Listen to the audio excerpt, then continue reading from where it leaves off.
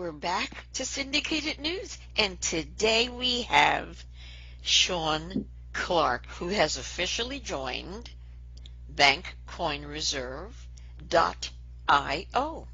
Shaun? I have indeed. Yeah, that wasn't an easy decision, Ruthie, but I've made a rather significant commitment with good reason, which we'll discuss. So I'm grateful for this conversation. Thank you. Well, welcome to Syndicated News. And I have these few questions here. Why is it that cryptocurrency, BankCoin.io, I have to mention that there are several bank coins all over the world. It's a wonderful set of words, bank and coin and reserve, and lots of people use it. So we're at BankCoinReserve.io. What is it about BankCoinReserve.io that has you so fascinated? Before I get to that, let me come back before I get to BankCoinReserve.io is what's money? Because that's part of my fascination, is this exchange of value that we call money and what it does to people, for people.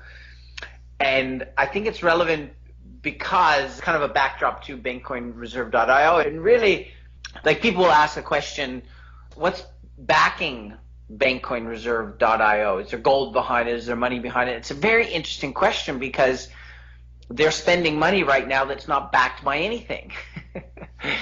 And so money is an exchange of value, and sometimes people feel like it needs to be backed by something, and especially with BankCoin Reserve tethered to the price of gold, and we'll get to that in a moment, it brings up this idea of if it's backed by gold, if it's backed by something. And I just want to say that money used to be backed by gold, actually, but that stopped many years ago. And so the term really now is, I think it's important for everyone to understand, is it relates to exchange of value or money or currency is consensus. That if I hand you a $100 note, Ruthie, we're going to agree that that note is worth $100. And it's not because it's backed by anything worth $100. In fact, if I hand you a $10 note, we're going to agree that it's worth $10.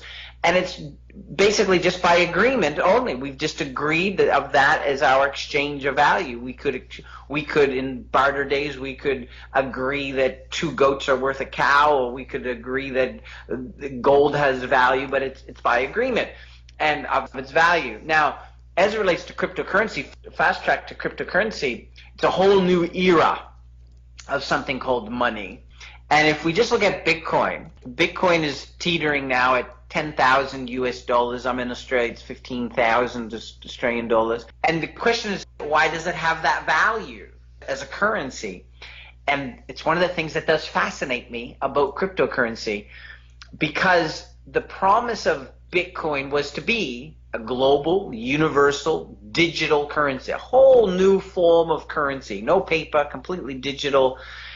In the beginning, I thought, there's no way banks and governments are going to let this happen. Ruthie, you might be surprised to hear this, but I told people you were crazy if you put any time or energy into something called Bitcoin. And was I ever wrong, and was I ever naive? And I think that's why I like people to understand what we're dealing with in terms of money and currency. So if we look at Bitcoin now, it's actually failed to be a currency. Now, it didn't fail because there wasn't anything backing it. It failed because it wasn't user-friendly. It was, transaction costs were high, transaction speeds were slow, the price going up and down made it volatile as a medium of exchange, and there was no payment gateway. That's kind of solved that problem now. But if you look at money and currency and where we were and where we've come to, and then you look at Bitcoin being the promise of a new digital global universal currency, like we all have the same currency. Now, it's a big promise. And that's why Bitcoin went to $20,000. But then it failed, like I said, for those 4 reasons. So then the question should be, so why does Bitcoin value then at 10,000 US dollars? What value could it possibly have? It's failed as a currency. And this is an interesting term, store of value. That's what everyone would say. Bitcoin now is seen more so as a store of value as its purpose, not as a currency. In fact, one of the things that fascinates me, Ruthie, is that vacancy. I'll say that again, there's a vacancy. And I like filling vacancies because there's opportunity in filling vacancies. But this promise of being a global universal digital currency, now there's a vacancy. So Bitcoin's got another purpose as a store of value, and that's only by consensus. because enough people believe in Bitcoin as a store of value, it becomes a self-fulfilling prophecy that it becomes valuable as a store of value, meaning that currency to store your value. Well, you can buy gold as a store of value, or you can buy Bitcoin, and that just happened. In fact, gold is rising now as a matter of the coronavirus, and the Bitcoin rising, and so we now have one tangible store of value and one digital store of value. But Bitcoin did not become the global universal digital currency, and like I said, there's a vacancy there. So why does cryptocurrency fascinate me? And it does fascinate me. I'm 53 years old, and I've had a really fun life. And when I decided to leave my workshop business, that's where I come from, a speaking, training, workshop business, I didn't know what I was going to do. I felt like I had done everything I wanted to do, and I had income to support me, and I could just ride on that income, but I didn't know what I was going to do. And thank goodness that cryptocurrency got my attention. And so, Ruth, and anybody listening, learning cryptocurrency was like learning Chinese to me in the beginning. I was really grateful. I have a friend of mine, he's a bit of a tech guy. He does video stuff and GIF stuff and text stuff like that, and so he was really patient. Now I can spit it out no problem, but it wasn't always like that. So anyone listening, if it's difficult to get your head around this, and I try to use analogy as much as I can to explain it to people, I understand. Here's another reason it fascinates me, Ruthie, and why I encourage everyone, just take the time to understand it. Don't let it pass. I actually have two friends in Boca Raton that bought Microsoft stock early, and they became wealthy.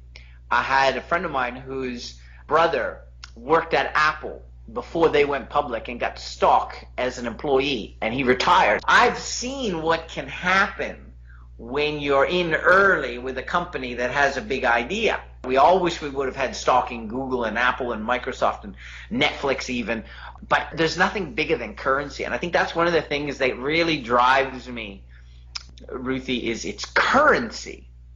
And currency has a visceral impact on us. If we don't have enough, if we have too much, it's visceral.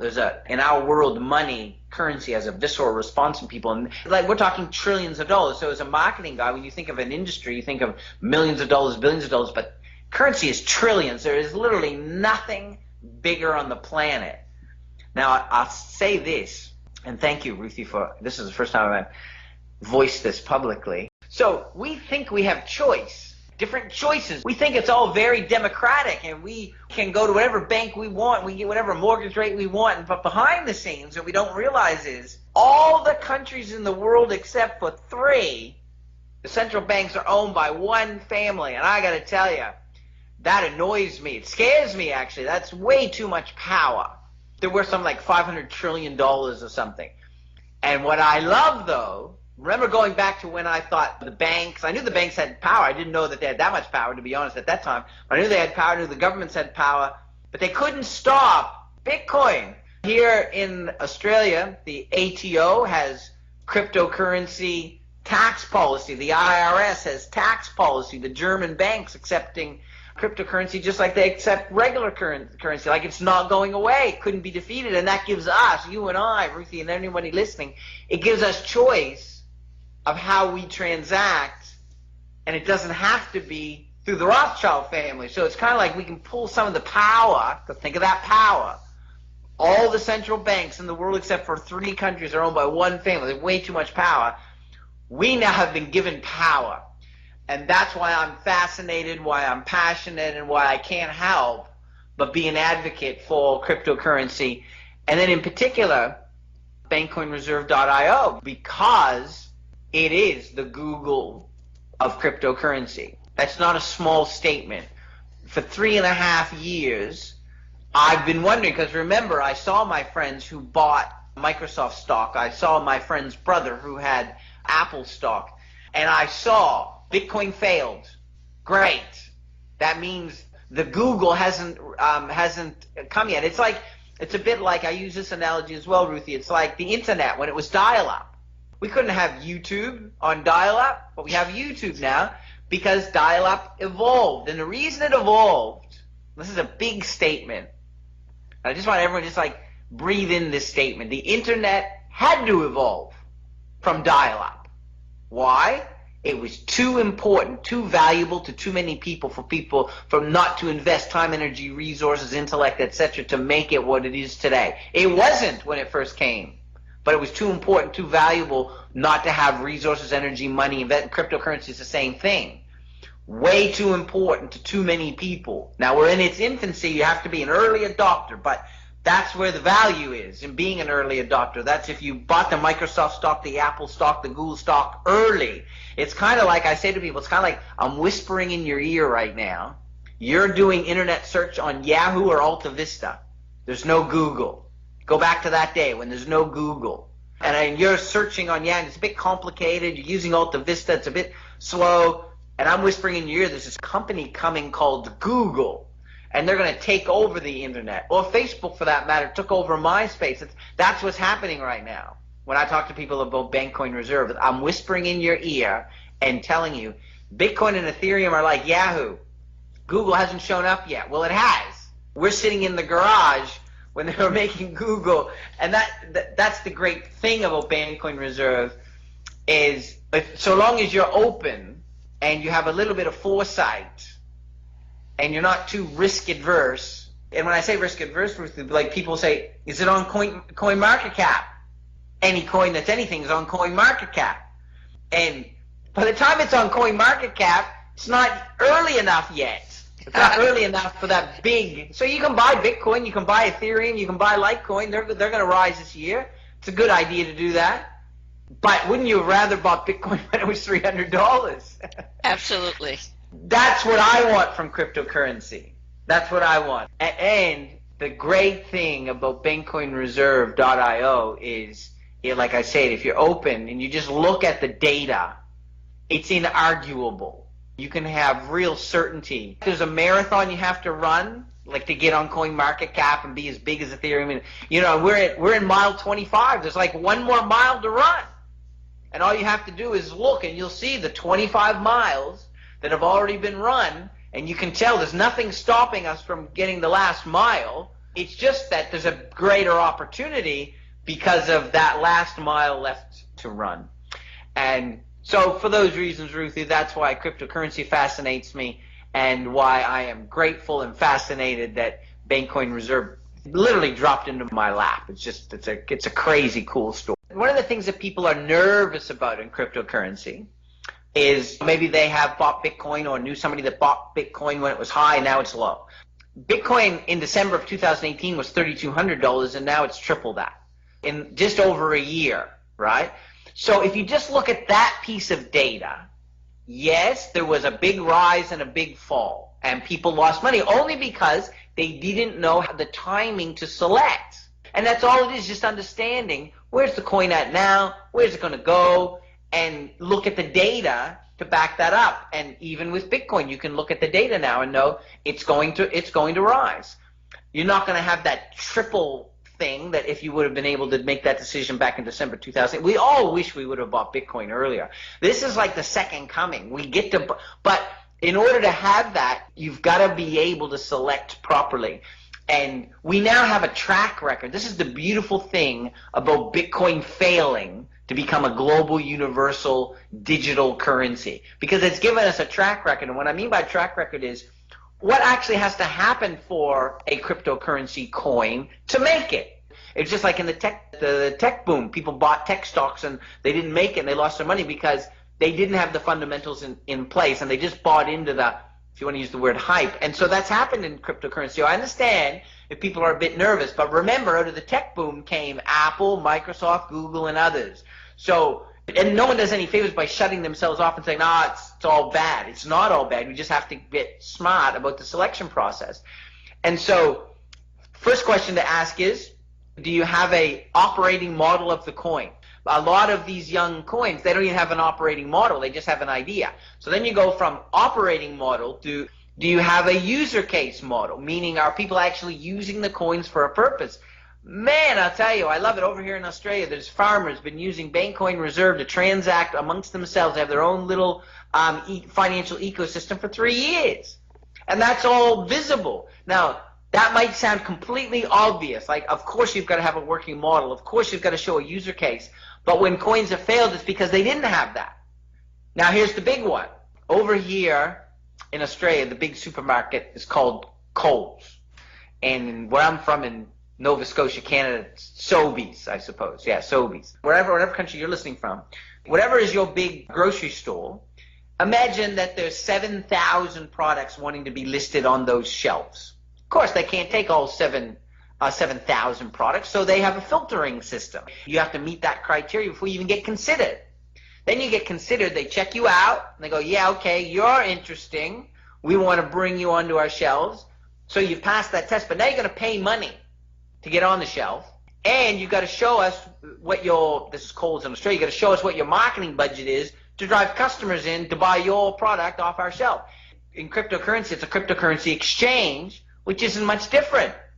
They have 7,000 coins. They all want to get listed on the exchange. Just like the stock market, when you get listed on the exchange, you get visibility, people see the coin, they start buying the coin.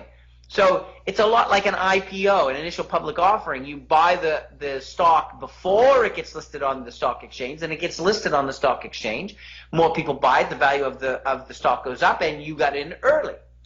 Very similar, those two analogies, the grocery store and the stock market.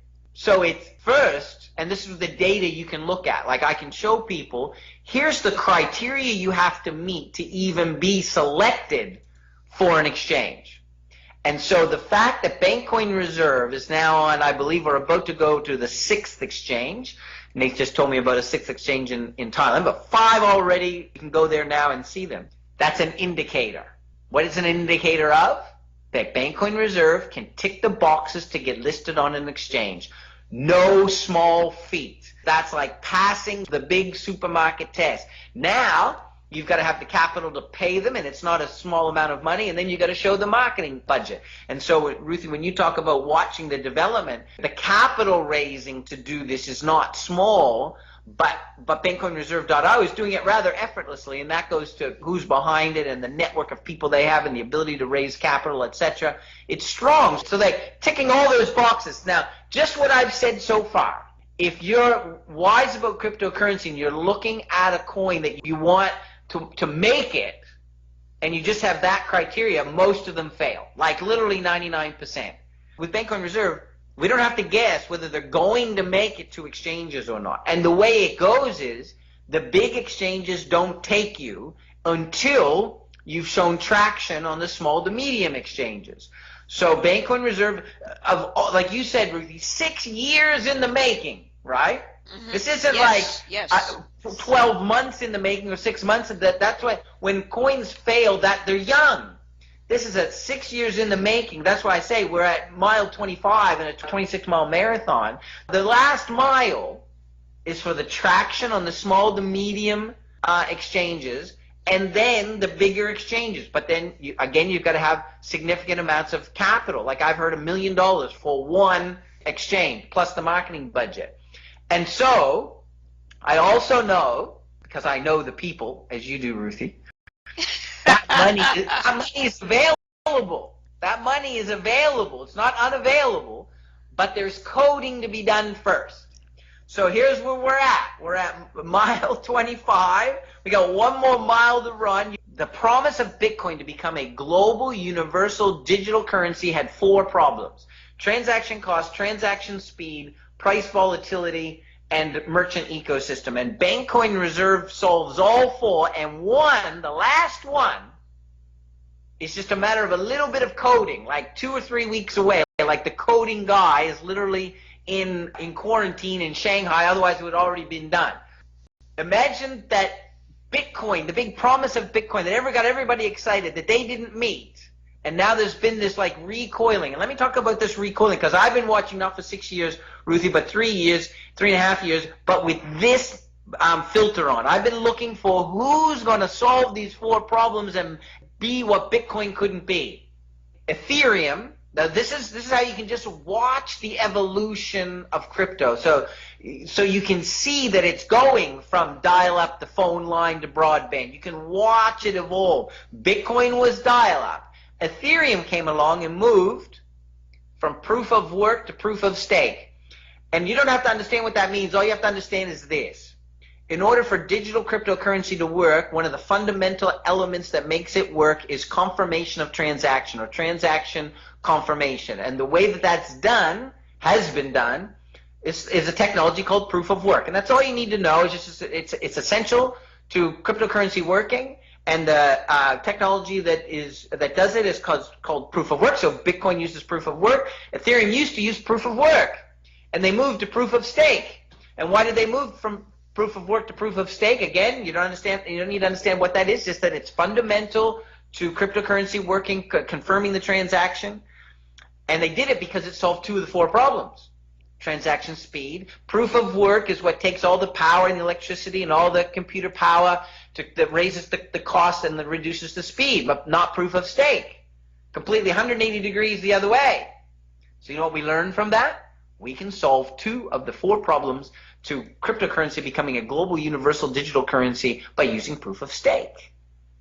Now, BankcoinReserve.io is a native, so that's an important word, native proof of stake blockchain.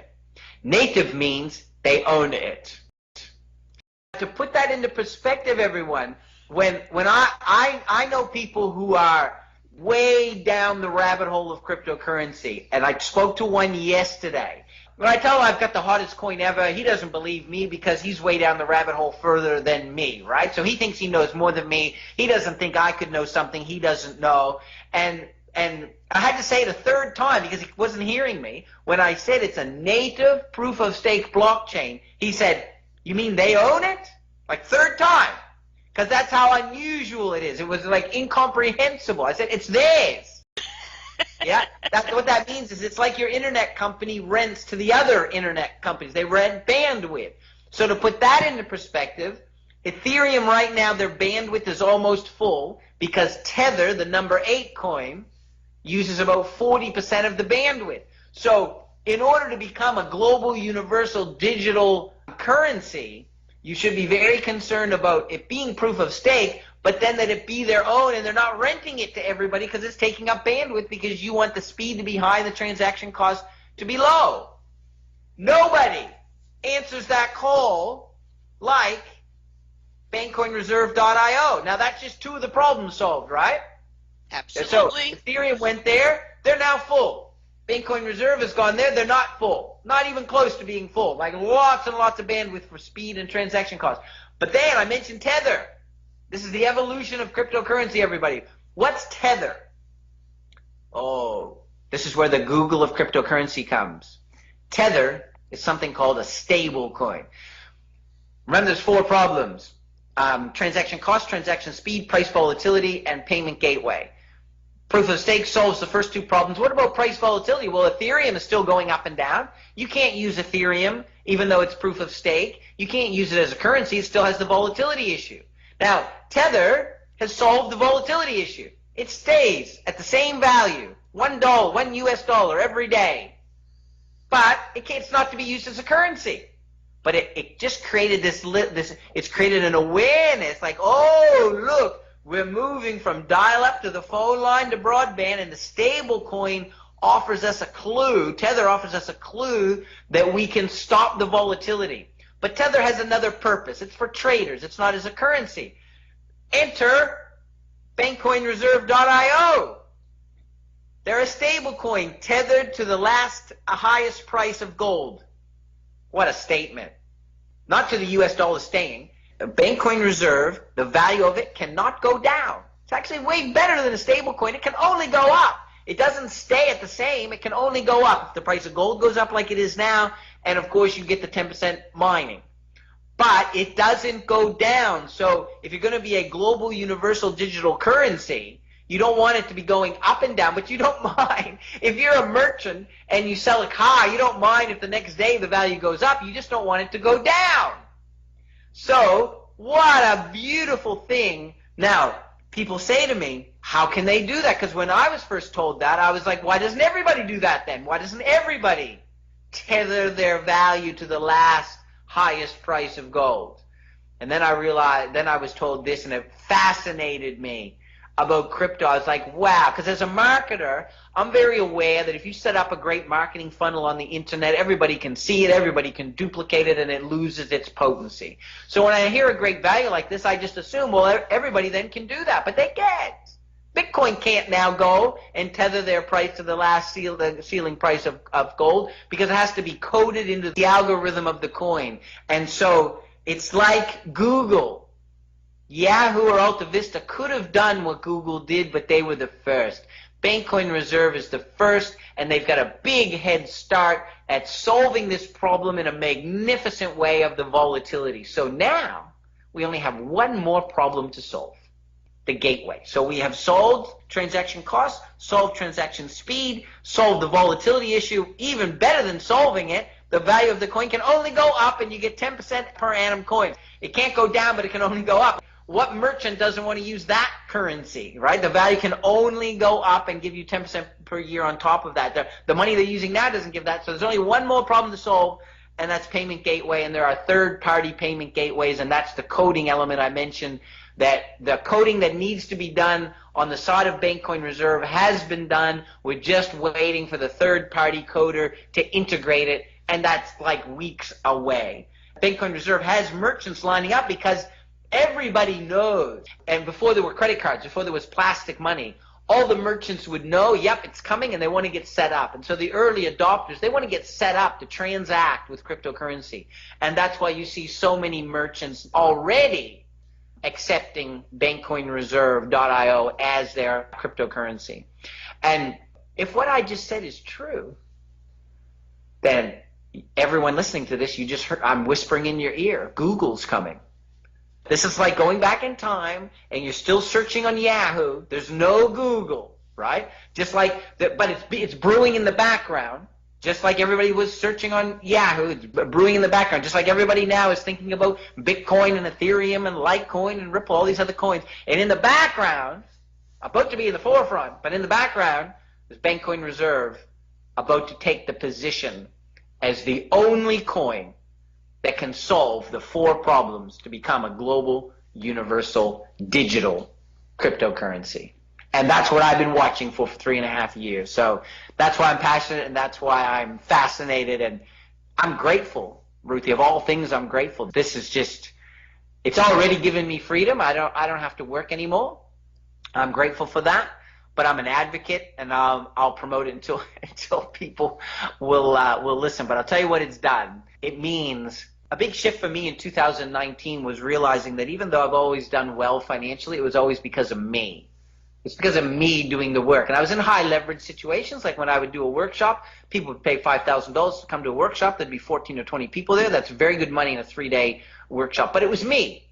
And so it was me doing it. It was me selling it. It was me doing the marketing funnel. It was me, the president, managing the staff. I was doing all of it. Even when I hired an operations manager, I was still constantly in it. And my story is I'm 53 now, I became a father when I was 50. And I knew that lifestyle didn't suit me having the quality time I wanted with my son. And so now when I sit looking at my BankcoinReserve.io wallet, please do go get your wallet. And I have my coins in there, creating new coins every day with compounding interest. You know, right, the banks make their money on long-term mortgages because of compounding interest. This is the way for all of us to have an asset doing the work. It's rich dad, poor dad, quadrant 4. It's almost embarrassing for me to say, as somebody who I think is reasonably intelligent, that I spent my whole life in quadrant 2, being successfully self-employed. That's not free. Quadrant 4 is when an asset makes the money for you. Everyone, cryptocurrency, there's been a stock boom, there's been a tech boom, there's been a workshop boom, there's been a coaching boom. We're at the beginning of the crypto boom. This is where we can get free. We just need to be able to select properly. Select Bankcoin Reserve, and you